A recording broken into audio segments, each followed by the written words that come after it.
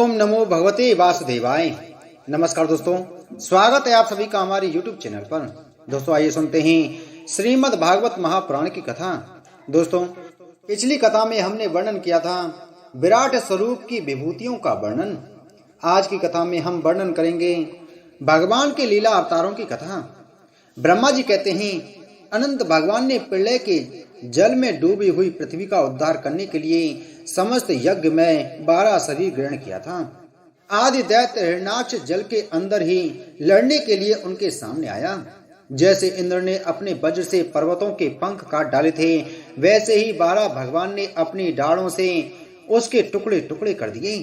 फिर उन्हीं प्रभु ने रुचि नामक प्रजापति की पत्नी आकुति के गर्भ से सुयज्ञ के रूप में अवतार ग्रहण किया।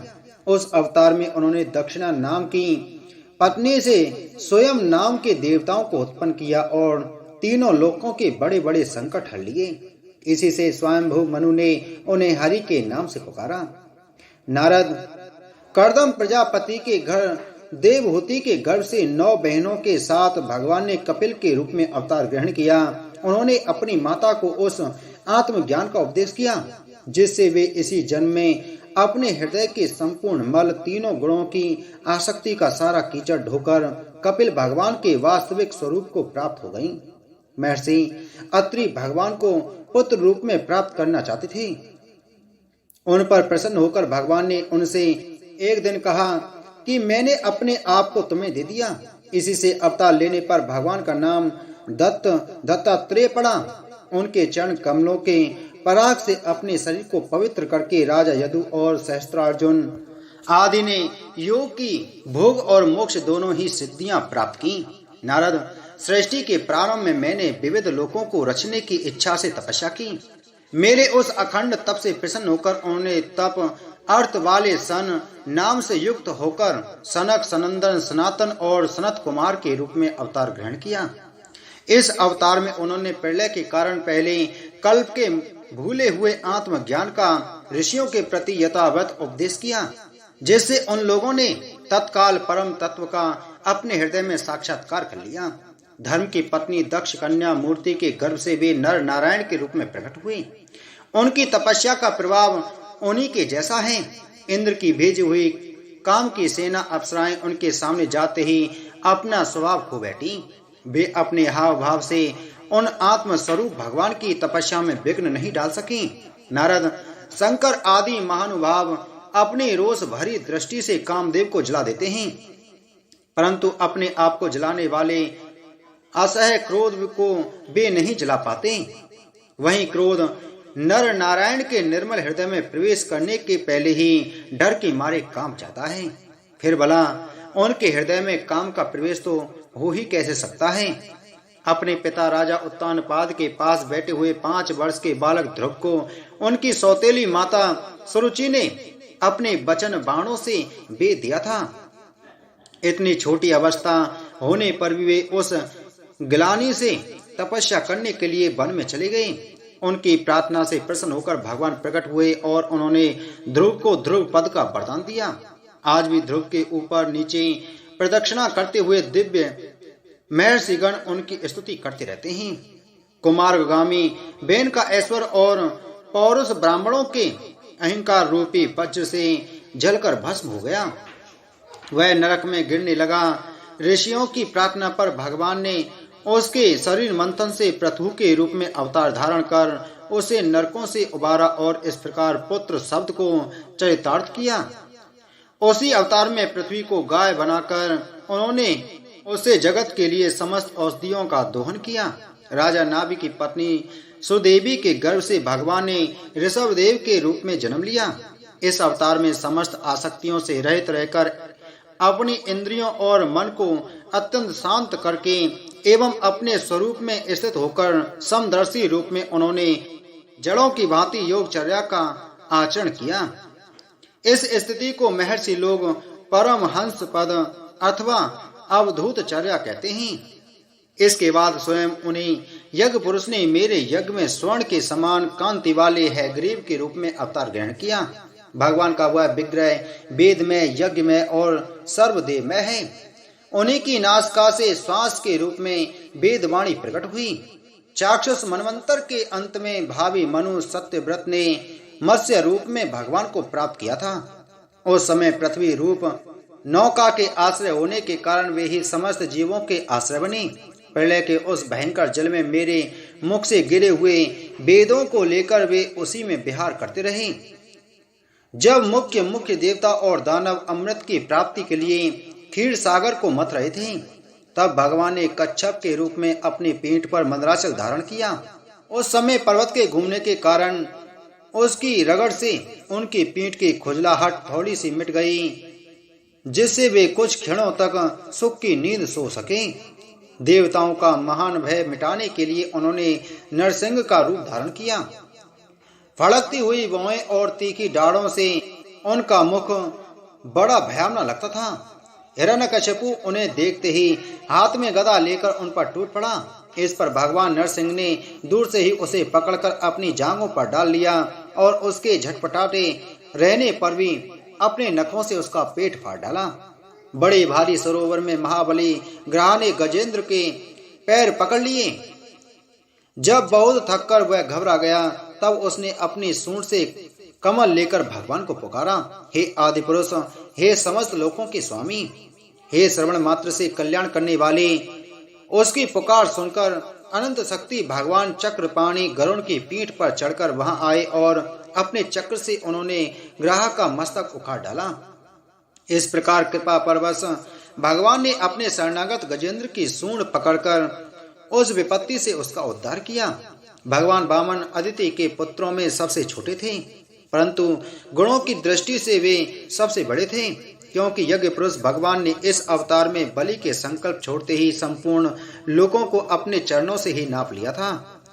वामन बनकर उन्होंने 3 पग पृथ्वी के बहाने बलि से सारी पृथ्वी ले तो ली, परंतु इससे यह बात सिद्ध कर दी कि सन्मार्ग पर चलने वाले पुरुषों को याचना के सिवा और किसी उपाय से समर्थ पुरुष भी अपने स्थान से नहीं हटा सकते, ऐश्वर्य से च्युत नहीं कर सकते।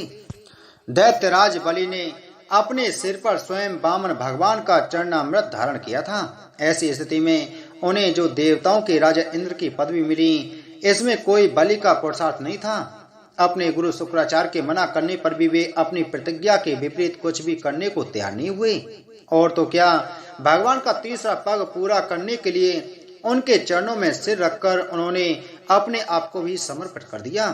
नारद, तुम्हारे अत्यंत प्रेम भाव से परम प्रसन्न होकर हंस के रूप में भगवान ने तुम्हें योग, ज्ञान और आत्म तत्व को प्रकाशित करने वाले भागवत धर्म का उपदेश किया।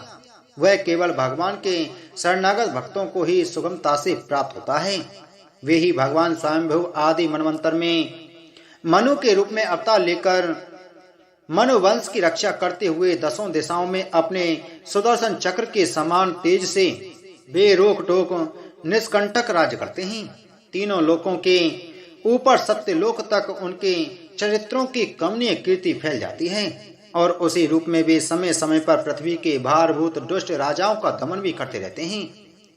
स्वनाम धन्य भगवान धन्वंतरी अपने नाम से ही बड़े बड़े रोगियों के रोग तत्काल नष्ट कर देते हैं।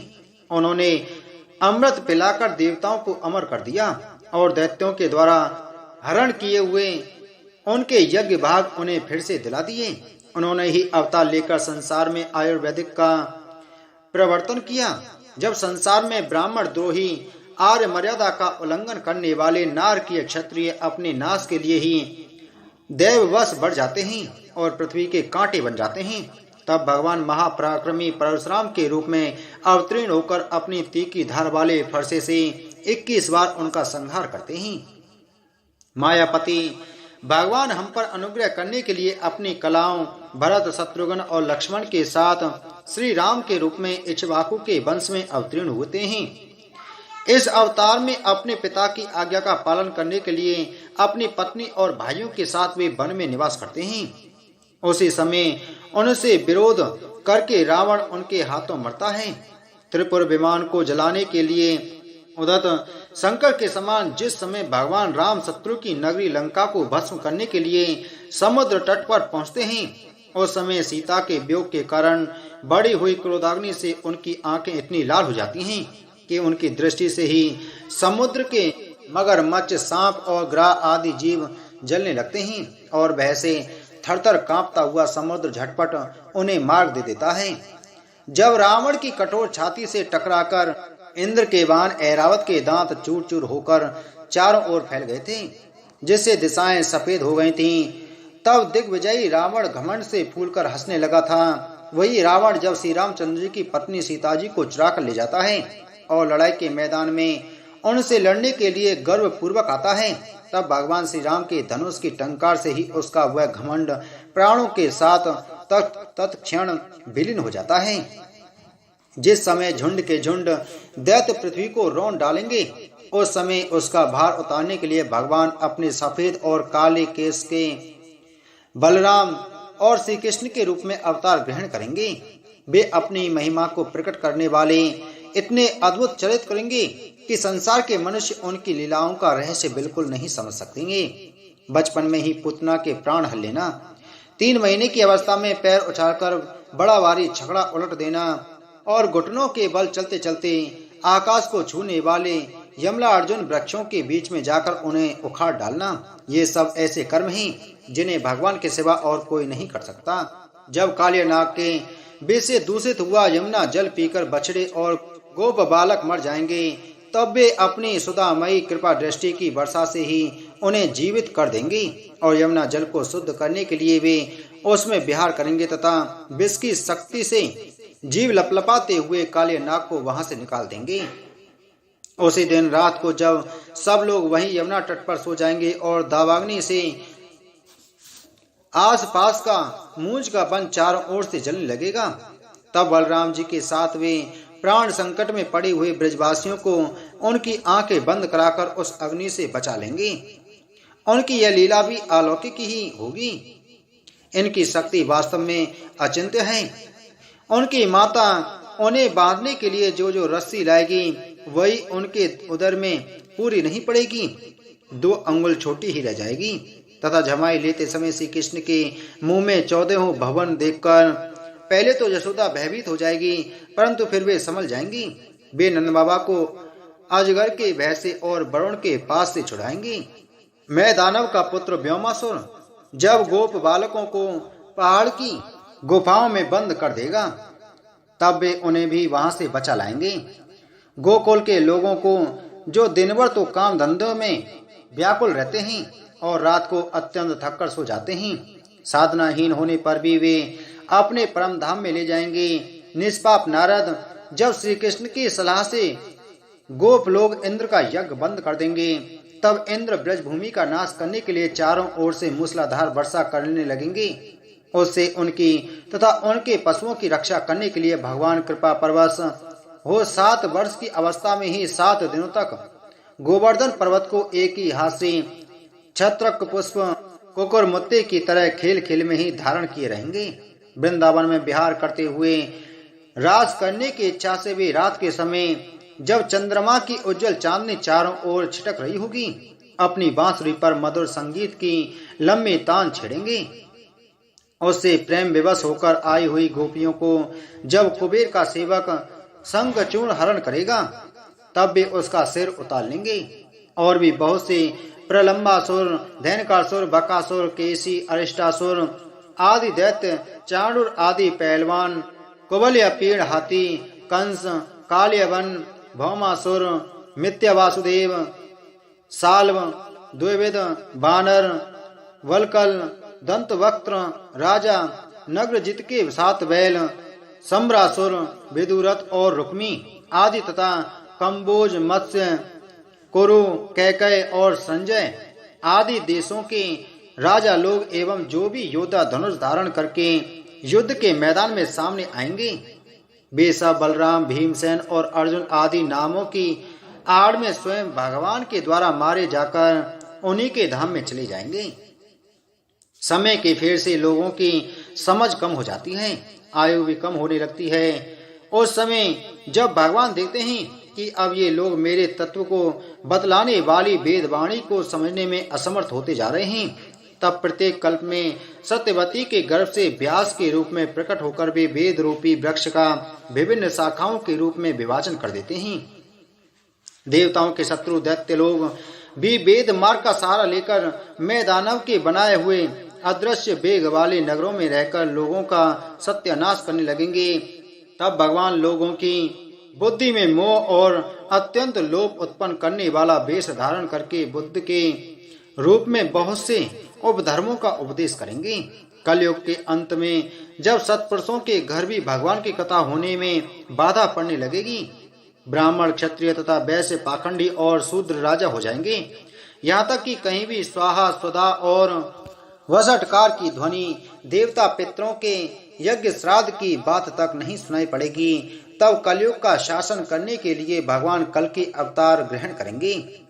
जब संसार की रचना का समय होता है तब तपस्या, नौ प्रजापति, मरीचि आदि ऋषि और मेरे रूप में जब सृष्टि की रक्षा का समय होता है तब धर्म, विष्णु, मनु देवता और राजाओं के रूप में तथा जब सृष्टि के प्रलय का समय होता है तब अधर्म, रुद्र तथा क्रोधवश नाम के सर्प एवं दैत्य आदि के रूप में सर्वशक्तिमान भगवान की माया विभूतियां ही प्रकट होती हैं।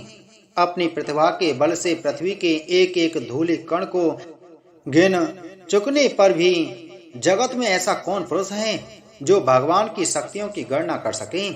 जब वे त्रिविक्रम अवतार लेकर त्रिलोकी को नाप रहे थे उस समय उनके चरणों में के अदम्य वेग से प्रकृति रूप अंतिम आवरण से लेकर सत्यलोक तक सारा ब्रह्मांड कांपने लगा था।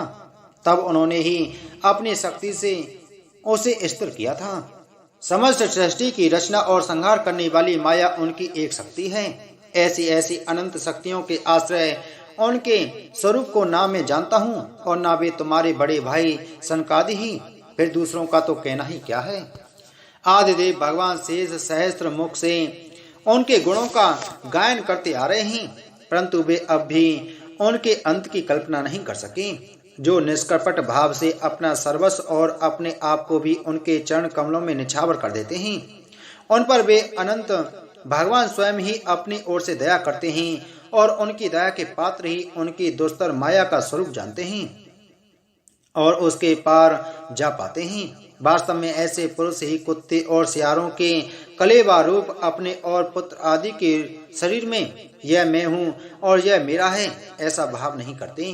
प्यारे नारद, परम पुरुष की उस योग माया को मैं जानता हूँ तथा तुम लोग भगवान शंकर, दैत्य कुलभूषण प्रहलाद, शत्रुपा, मनु पुत्र, प्रियव्रत आदि प्राचीन वर्ही, ऋभु और ध्रुव भी जानते हैं। इनके सिवा इक्ष्वाकु, पुरूरवा, मुचकुंद, जनक, गाधी, रघु, अम्बरीश, सगर, गय, ययाति आदि तथा मानधाता, अलर्क, शतधनवा, अनु, रंतिदेव, भीष्म, बलि, अमृतया, दिलीप, सौरभी, उतंग, शिवी, देवल, पिंपलाद, सारस्वत, उद्धव, पराशर, भूरिसेन एवं विभीषण, हनुमान, सुखदेव, अर्जुन, अरिष्टसेन, विदुर और श्रुतदेव आदि महात्मा भी जानते हैं। जिन्हें भगवान के प्रेमी भक्तों का सब स्वभाव बनाने की शिक्षा मिली है, वे स्त्री, शुद्ध, पूर्ण, शील और पाप के कारण पशु पक्षी आदि योनियों में रहने वाले भी भगवान की माया का रहस्य जान पाते हैं और इस संसार सागर से सदा के लिए पार हो जाते हैं। फिर जो लोग वैदिक सदाचार का पालन करते हैं उनके संबंध में तो कहना ही क्या है। परमात्मा का वास्तविक स्वरूप एक रस, शांत, अभय एवं केवल ज्ञान स्वरूप है। न उसमें माया का मल है और न तो उसके द्वारा रची हुई विषमताएं ही। वह सत और असत दोनों से परे है। किसी भी वैदिक या लौकिक शब्द की वहां तक पहुंच नहीं है। अनेक प्रकार के साधनों से संपन्न होने वाले कर्मों का फल भी वहां तक नहीं पहुंच सकता। और तो क्या, स्वयं माया भी उसके सामने नहीं जा पाती, लजाकर भाग खड़ी होती है। परम पुरुष भगवान का वही परम पद है। महात्मा लोग उसी का शोक रहित अनंत आनंद स्वरूप ब्रह्म के रूप में साक्षात्कार करते हैं। संयमशील पुरुष उसी में अपने मन को समाहित करके स्थित हो जाते हैं। जैसे इंद्र स्वयं मेघ रूप से विद्यमान होने के कारण जल के लिए कुआं खोदने की कुदाल नहीं रखते, वैसे ही वे वेद दूर करने वाले ज्ञान साधनों को भी छोड़ देते हैं। समस्त कर्मों के फल भी भगवान ही देते हैं, क्योंकि मनुष्य अपने स्वभाव के अनुसार जो शुभ कर्म करता है वह सब उन्हीं की प्रेरणा से होता है। इस शरीर में रहने वाले पंचभूतों के अलग अलग हो जाने पर यह शरीर नष्ट हो जाता है, तब भी इसमें रहने वाला अजन्मा पुरुष आकाश के समान नष्ट नहीं होता।